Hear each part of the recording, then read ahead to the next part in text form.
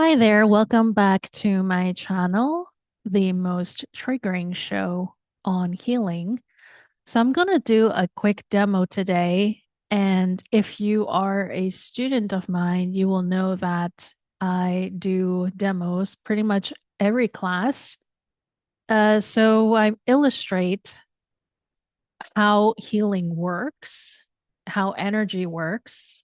It's just a great way to visualize instead of using words to explain, I can now use images. So, what I want to demonstrate, and you may have already seen this on my X or Twitter, is what is spirituality. So, I'm just going to draw for you very quickly because you know that I harp a lot about spirituality and how it relates to healing or not. So, spirituality is a belief system. Okay. Where does this belief system come from? It comes about for, well, out of really one reason, which is that we have a bunch of, shall we say, pre-existing perceptions or thoughts and beliefs about this world. So our mind is already really, really clogged with existing beliefs and perceptions so that and all what where this comes from is all the programming that we have already uh, accumulated through this lifetime or many lifetimes. And because we have all these pre-existing beliefs happening, we now want to know what is out there. And out there meaning we want to know what's going on out in the life or universe. However, because we have all this stuff that has already accumulated uh, within us, we can't actually see anything. So, what we have here is that we set up these walls. We're setting up these walls, which are basically made of our beliefs, distortions, our memories, the pain, the suffering, the conclusions that we've made, we can't see. As you can tell, the furthest that we could see is really only up to here. That's the furthest we can see because this is entirely blocked by this wall because of all this stuff. So how exactly, if you were hitting a wall, how do you get from here to there? Well, you can't. It's not possible. So, because people cannot see past their own distortions, now they have to make it up. So, they have to make up what they think they see. So, what people think they see. This is all that they see. It never goes beyond this. They never see what's on the other side of this. And what people think they see equals spirituality.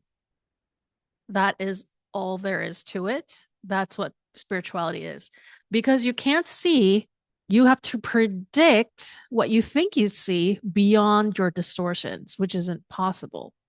So, because you can't see, now you have to formulate some kind of belief system that explains what you think the universe is, how it's structured, what is about, what is your purpose in life, et cetera, et cetera.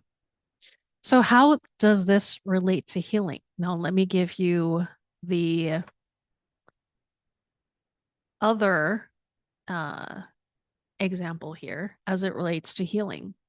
So, as you're healing, and what I call true healing, I'm not talking about the healing that doesn't work because that has really no bearing on your level of consciousness. true healing has a real bearing on your level of consciousness. So healing, you still have right now you have a person who we can call the perceiver, and we have some level of distortion, but because we're undergoing a healing process, these distortions might be spread out more. Okay, this is during the healing process. So that a person, while they may not see everything, they may see some things towards life and universe. So if you don't do any healing, you cannot actually see. And because you can't see, you got to make it up. This is where people make it up. This is all made up. But because they can see, now there is some perception that is beyond their level of distortion, because the distortions have started to crumble. And the crumbling of distortion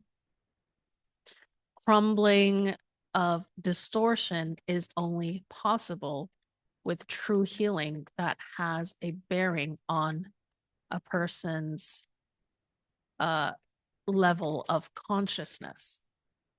So this is how I define true healing. True healing is a form of healing that actually has a bearing. How do I how do I extend? So if the true healing is where you're actually crumbling these distortions so that a person's able to see. So as the healing continues, this is going to keep dropping away. Oops, it's going to keep dropping away, dropping away, so that the perception is beyond their distortion, or undistorted, unfiltered, as you might say. So this is actually not the final iteration, because we still have the subject,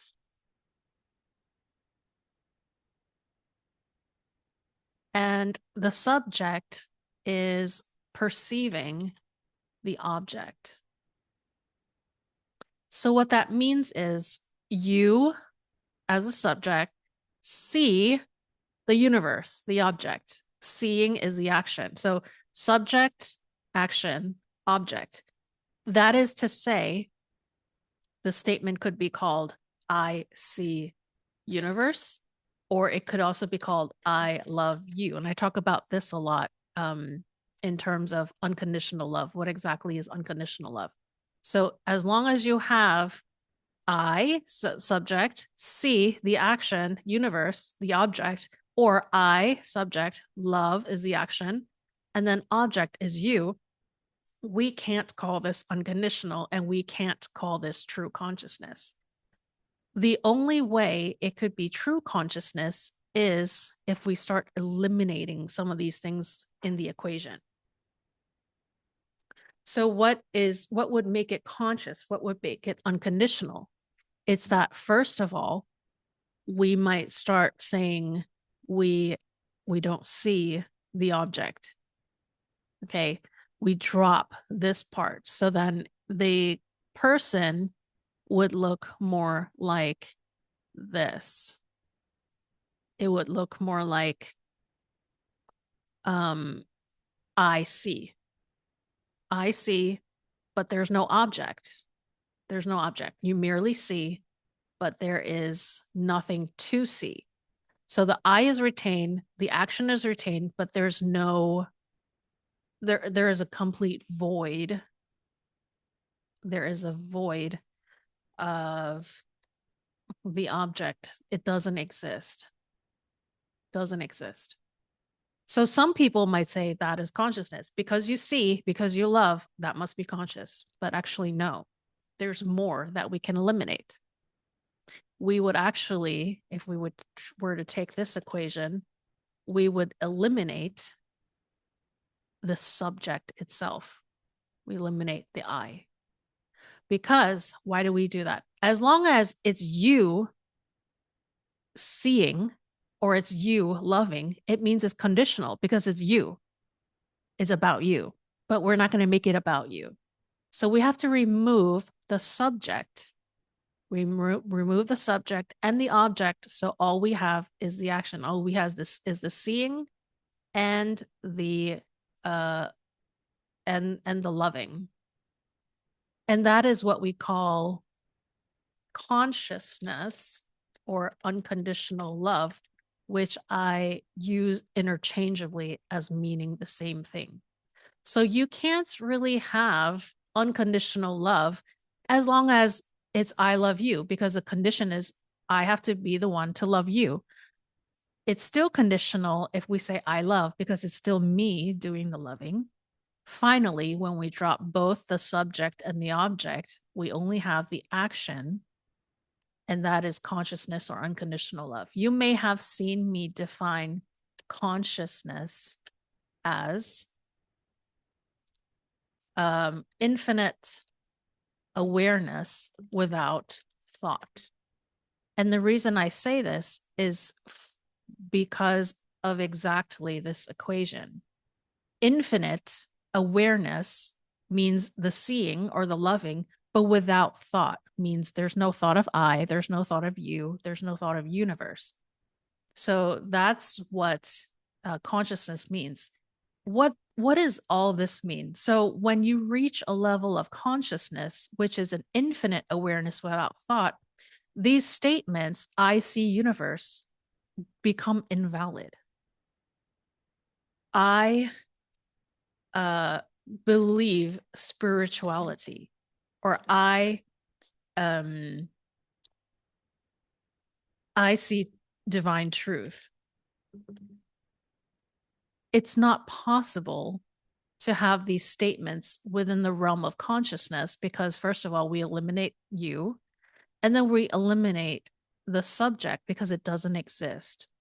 The subject is completely void, or sorry, the object is completely void, and so is the subject. So it looks more like this. The action is here. The object is void, like this. And so is the subject. So this is how it's impossible to be both spiritual and conscious at the same time. It cannot hold up. No matter how you size it or frame it, it cannot hold up. Because if you have spirituality, this is the only equation it can be. Because there's always, you're thinking that there's something out here that you need to see, and that you are the person that needs to see it. And then as things crumble, the distortions crumble within you, then you have clear perception, but that's not the end. This is during healing that hasn't finished. As healing progresses, you start to drop what you think you see. You perceive, but there's nothing to perceive. You're just looking at nothingness. And to even call it nothingness is not accurate, because it's still labeling it as nothingness. But even further, let's just say we just call it nothingness for the purposes of this lesson. Even further than that, you drop this, the I, which is your identification to whatever you think you see, or the entire action in and of itself. So people will say stuff like, I love you unconditionally. That's not possible, because there's an I and there's a you. As long as we define who you are and who I am, and we are the ones playing this game, it's not unconditional. Unconditional can only mean there's no subject, no object. When there's no subject, no object, we only have retaining this, the action. Where does spirituality go? It gets tossed into the bin. It cannot be no anymore. So you cannot be conscious and spiritual at the same time. Spiritual, I'm repeating myself, is only possible when you cannot see, but you make up what you think you see, due to all the energy distortions that are being carried within you in your energy system. So I go into much more detail with this in my level 1 healing course and how this relates to healing itself. Um, and we go through step by step how to transition a person from healing to a level of consciousness and switching to living beyond psychology. So this would be living within psychology. Again, because it's all about thoughts and feelings. You cannot see, so you make up what you think you see, and it becomes a thought or it becomes an emotion. You might say, "Oh, you're so in love with the divine. You believe in divine truth, and you're seeking the truth of the universe." These are all thoughts and feelings. This is not consciousness. So how a person progresses from here to a state of consciousness is something that I teach people to do through healing and level 1 healing, and also a lot of students are starting to begin level 2 as well. And there's much more modules to this, and I do a demo prior to each class, about a 10-15 minute demo to illustrate how consciousness works, how energy works, how it's structured, how exactly do we um, see healing so that we can develop effective strategies, successful strategies for healing. I don't think anyone talks about this because predominantly everything that is being taught out there is this, except they call it spirituality and divine truth. And that's why no one's healing. No one has, that I know of, has actually taken these models and tore them down into pieces and say, wait a second, all of the things that you guys are teaching are basically false. You're only believing the crap that's out there that is called spirituality is because you're clogged, because you're psychologically unresolved. As soon as you even do a few minutes of true healing, these distortions start to crumble and your consciousness changes. You fundamentally are not the same person anymore, and you gain a different perception of whatever you're looking at. I always say that the universe looks differently no matter depending on where you're standing, and every angle looks different. You can say the same thing if you were to visit the Grand Canyon. The Grand Canyon is not going to look the same depending on where you're standing. Or even if you were to go to a uh, a show or a fashion show or some kind of circus, whatever it may be, a concert, depending on where you sit, you get a completely different view depending on where you are. And it's the same thing with the universe. So as long as we're seeing anything, as long as we are the ones seeing anything, it means we're still in a realm of psychology. This is all this is still psychology. I would say everything above this is psychology. Oops. Let me pick a different. Yeah, everything this is still psychology. So that will be the line. And it's not that psychology is wrong, it's that unresolved psychology leads to pain and suffering, and which is very common these days. But what the problem is people are taking their pain and suffering and turning it into spirituality and a belief system. Because they're in so much pain, they have to make it into something that they believe. So, like I said, everything above here is psychology. Everything below the line is what we call consciousness. And it's a completely different way of existing. It is not that you have to force yourself to get rid of the subjects and the objects, because if you do that, that's spirituality. If you try to get rid of the I, you try to get rid of the you, the universe, you go back to here. You go back, you land back into this place because you think it's wrong, because Anna said it's wrong. So now you try to get rid of it, but you're still operating from behind this wall of distortion, and you're turning it into a belief system. I is wrong, you is wrong, subject is wrong, object is wrong.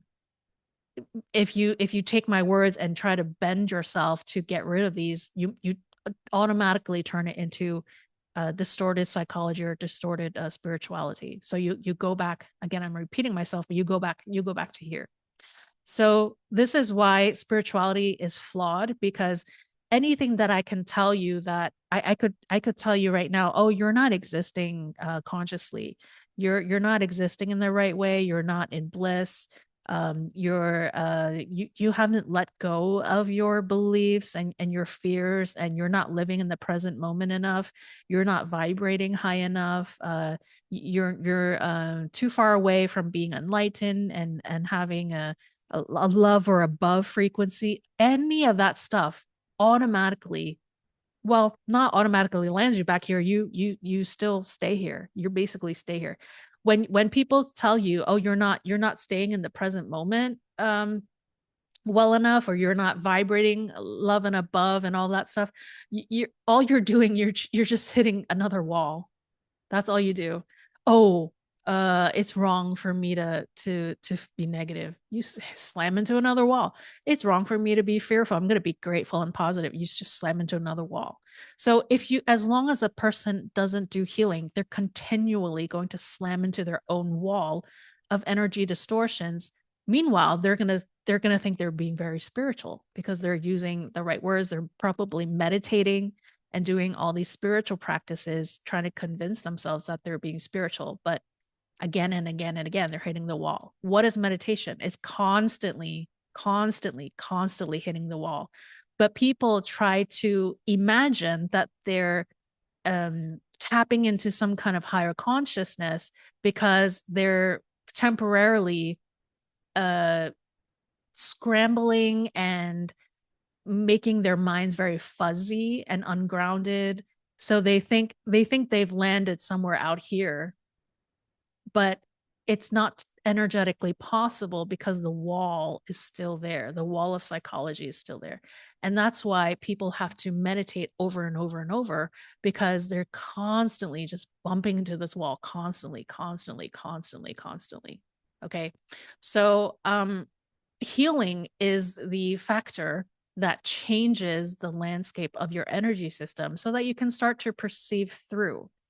And the thing is, the more you perceive through, the fewer things you actually see, because at some point you land here. You see, but there's absolutely nothing. There's nothing to see. All this stuff about spiritual truth and the laws of the universe and yada, yada, yada, you don't see any. There's nothing.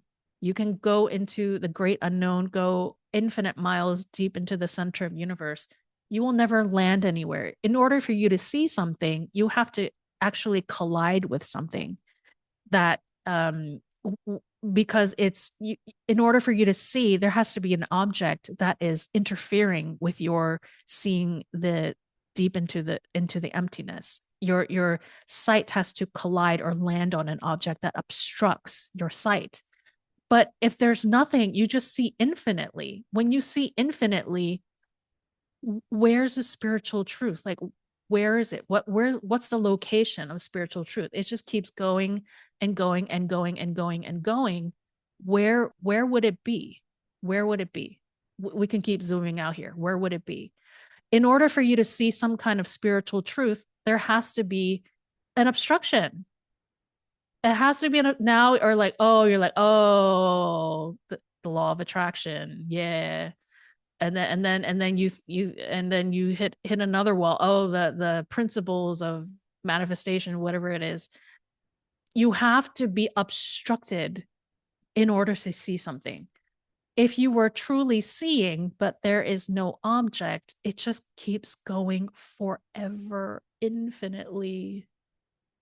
It never gets interfered with or obstructed. So for you to be spiritual means you're being obstructed by yourself, or eventually you get obstructed by all this other stuff. God knows where they came from. All this obstruction. Everyone says the spirit, the universe, how it works, all the laws of the universe, obstruction, obstruction. Every religion has its own obstruction. So is it truth or is it obstruction? Okay. So all this is to say that if you don't do any healing, everything you see is going to be distorted. Everything. Because you're either making it up or you are seeing obstructions. So this is why, and we don't try to do this in healing on purpose, it just happens as a natural consequence, is that we dropped we drop the subject and the object naturally. Again, if you force it to happen, like in spiritual practice or meditation, you automatically go back to here. You keep hitting that wall because you don't do any healing. So what outcome could it be if you don't do any healing? So I hope this helps. I know that this was a huge rant, and I hope this begins to explain why I drive home this point so hard about spirituality and how it blocks healing. So if you have any questions, please drop them in the comments. And of course, if you're interested in signing up to learn level 1 of healing, where I teach you how to start crumbling these distortions and ultimately lead you to a level of consciousness, you can go to my website at anacoeur.org. It's going to land you on my site where you can fill out an application form. And if we are a good fit, I will take you on as a student. And it's a private class. It is 5 hours long, over 4 classes, basically where I teach you to heal yourself. And we do basically all live practice and demonstration. And we have a bunch of students a lot from India and Europe, Australia, US, of course. And I'm getting ready to accept some from Africa as well. So we're represented in most continents, and I'd be excited to have you as a student. So I also give a lot of free information away on my X account. You can find the link below in the description. And I will probably come back to do more demos. I feel this might be a good method to explain some of the concepts that I talk about, probably better than podcasting. But we'll see. But thank you so much. Don't forget to hit like and subscribe and the notification bell and all that jazz. And you know where to find me if you have any questions. And I'll see you in the next one. Bye.